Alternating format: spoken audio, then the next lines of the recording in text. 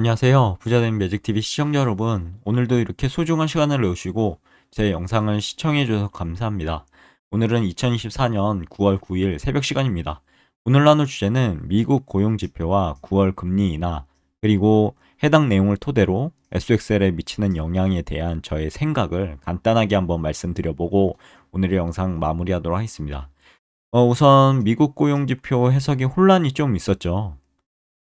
최근 발표된 미국의 8월 고용 지표는요, 시장 참여자들에게 혼란을 야기했습니다. 왜냐면요, 비농업 부문의 이제 신규 고용이요, 예상치를 밑돌면서 경기 둔화에 대한, 경기 침체에 대한 우려를 다시 한번 키웠고요. 8월 달에 진짜 엄청난 폭락이 있었죠. 그리고 9월 지금 다시 초인데 또 계속 주가가 안 좋습니다. 이런 부분, 그리고 실업률은 예상보다 낮게 나와 고용시장이 여전히 견고하다는 해석도 나와서 뭔가 혼란스러운 그런 상황이죠. 이러한 엇갈리는 지표는 연준의 향후 금리 인하 폭을 예측하는 데 어려움을 더했고요. 9월 금리 인하 가능성 증대에 대해서 좀 보면 전문가들은 대체로 9월 FOMC 연준이요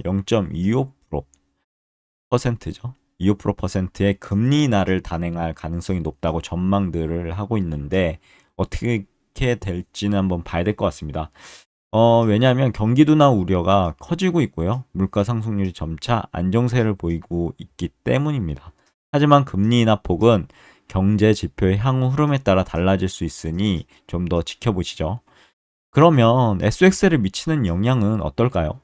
SXL은 IC 반도체 지수를 3배 레버리지로 추정하는 ETF죠.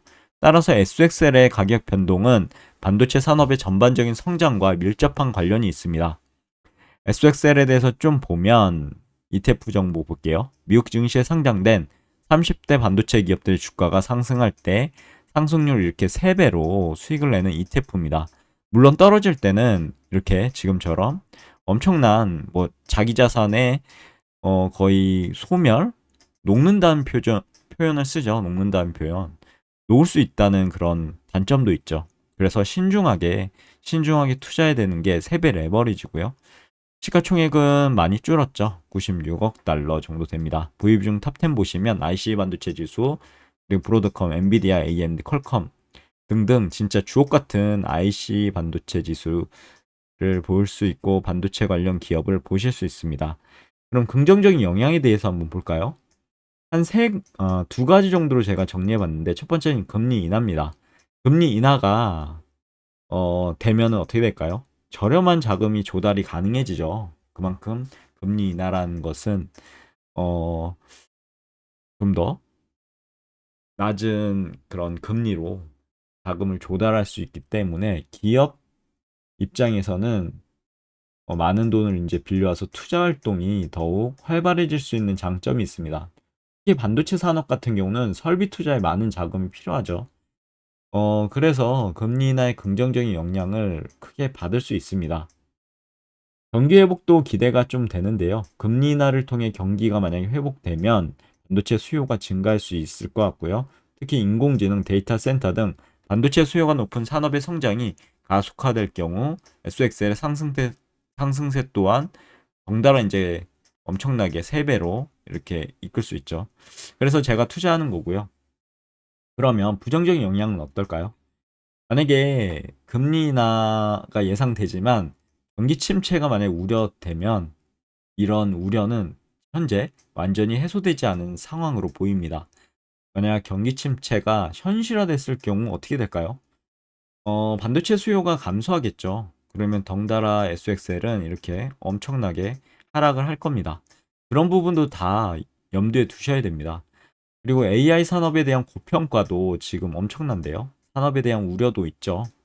앞으로 AI가 어떻게 성장할 것인가에 대한 부분도 지금 불확실성이 있기 때문에 엔비디아, 브로드컴 실적이 그렇게 나쁘지 않았습니다.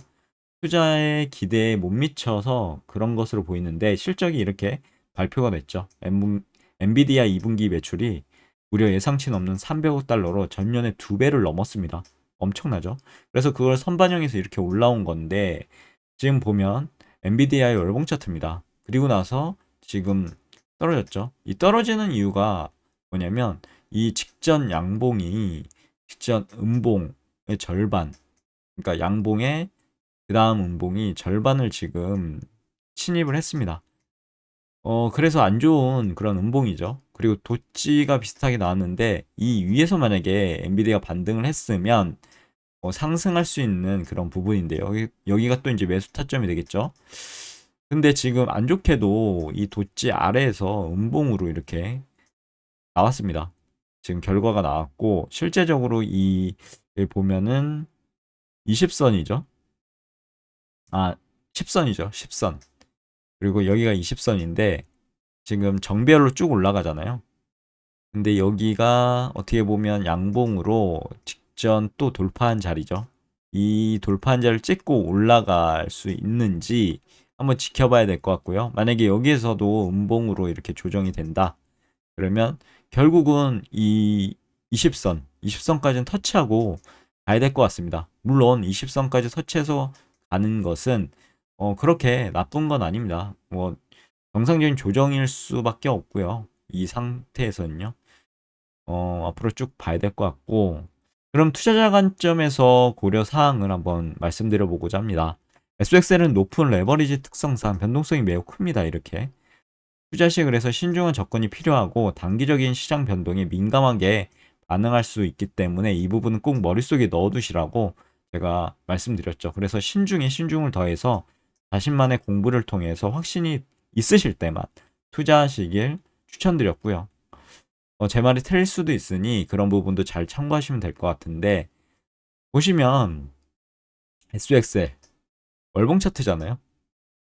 최고점을 2022년 1월 1일 날 찍었습니다. 그리고 주구장창 내려왔죠. 이때도 안 좋은 음봉이었습니다. 직전 양봉을 거의 다 잡아먹는 직전 양봉까지 다 잡아먹었죠. 진짜 이거 안 좋은 월봉인데 이렇게 되면 매도를 하셔야 됩니다. 장기 투자가 꼭 좋은 건 아니거든요. 이런 봉도 좀 보시고 하면 좋을 것 같은데 물론 예측은 좀 해볼 수 있는 부분인데 만약에 음봉을 뭐 이렇게 다 잡아먹었지만 실제로 또 양봉이 이렇게 쓸 수도 있거든요. 3배 레버리지라서요. 그래서 만약에 여기를 돌파하게 되면 또 이제 매수 타점이 되는데 이때는 지금 계속 내려왔죠. 이때는 절대 주식을 사시면 안 됩니다. 진짜. 이때 만약에 사시잖아요. 그러면 자기 자산이 녹는 현상을 보실 수 있거든요. 그래서 이때는 그냥 관망을 하시면 될 것 같고요. 만약 이때 팔지 못하셨으면요. 이렇게 이제 어느 정도 내려왔을 때 팔지 못하셨으면 어 지켜볼 수밖에 없죠. 그리고 나서 이제 주식은요. 이렇게 떨어져도 다시 올라갑니다. 그래서 회복하기 때문에 특히 ETF나 이런 반도체 관련 기업은 사이클을 타기 때문에 결국은 또 이제 사이클을 타서 이렇게 올라오거든요. 그래서 견딜 수 있는 거죠. 자신의 확신만 있으면요. 그리고 나서 지금 여기 도찌가 나왔고 양봉이 좋은 양봉이 나왔죠. 그리고 음봉 조정을 받고 양봉 조정을 좀 받다가 이렇게 직전 고점을 양봉으로만 뚫었습니다. 이렇게 되면 나 상승할래 라는 시그널이거든요. 그리고 조정을 좀 받고요. 그리고 여기를 이제 돌파할 때 양봉으로만 이렇게 돌파하면 이제 여기가 매수 타점이 되겠죠. 이때부터 이제 또 일봉상으로 보시면서 떨을 때마다 매수하면 이렇게 이제 수익을 좀 볼 거고요. 그리고 일봉 월봉을 그래서 좀 보셔야 됩니다. 주봉까지요. 그래서 여기 월봉에서는 또 안 좋은 그런 시그널이 나왔죠. 음봉. 직전 양봉은 다 잡아먹는. 그리고 나서 다시 이런 게 이제 좋은 양봉입니다. 직전 음봉을 다 잡아먹는 또 양봉이 나왔죠. 그러게 되면 여기가 또 이제 매수 타점이거든요. 그리고 나서 좋은 양봉. 그리고 나서 어떻게 됐나요? 여기 진짜 안 좋은 음봉이 나왔습니다. 직전 고점을 넘어섰죠. 그런데 이 양봉을 다 잡아먹고 그 다음 양봉까지 지금 잡아먹는 음봉이 이렇게 나와버렸잖아요. 이때는 무조건 매도 포지션입니다. 매도 포지션인데 뭐 저야 한 10% 정도 투자하고 있다고 항상 말씀드렸죠. 그래서 이런 부분은 그렇게 어 어떻게 말씀드려야 될까요? 한 10% 정도만 저는 매수하기 때문에 이렇게 이렇게 하락을 해도 그렇게 두렵지는 않습니다. 왜냐하면 저에겐 90%의 자금이 있기 때문이죠. 그래서 이렇게 하면 또 이제 조정을 다 받은 거거든요. 어떻게 보면 음봉이 하나, 둘, 세 개 떴죠. 그리고 여기에서 이제 반등이 나올지는 지켜봐야 되는데 만약에 최악의 상황은 121선까지 아마 침입을 할 것 같고요. 이렇게 이제 돌려 세울지는 좀 더 지켜봐야 될 것 같습니다. 그래서 다시 한번 당부드리지만요. SXL은 변동성이 크기 때문에 다시 한번 말씀드릴게요. 절대로 몰빵 투자하시면 안 됩니다. 저는 제 가용자산 감당할 수 있을 만큼만 3배 레버리지를 투자하고 있고요. 그리고 제 기준으로는 가용자산 10%만 딱 띄어서 분할 매수 전략으로, 물론 아까 말씀드렸죠. 이렇게 하락할 때는 안 삽니다. 이렇게 월봉상으로 하락 추세 접어들면 안 사죠. 뚜껑을 따거나 그러면.